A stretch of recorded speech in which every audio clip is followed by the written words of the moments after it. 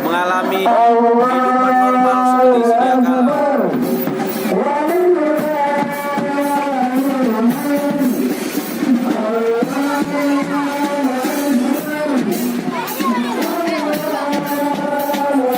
Selamat Hari Raya Idul Adha 1441 Hijriah 2020.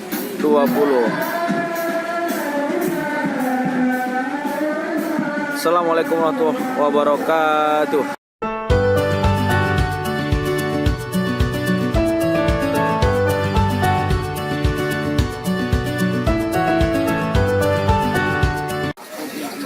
Panitia kurban Masjid Akbar Al Muslimun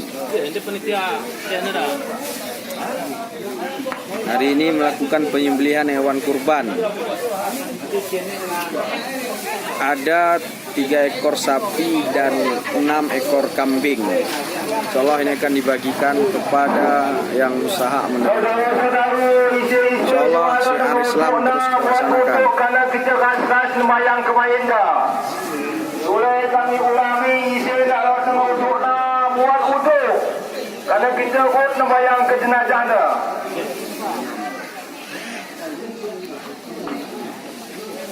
Masya Allah. Boleh ke kau?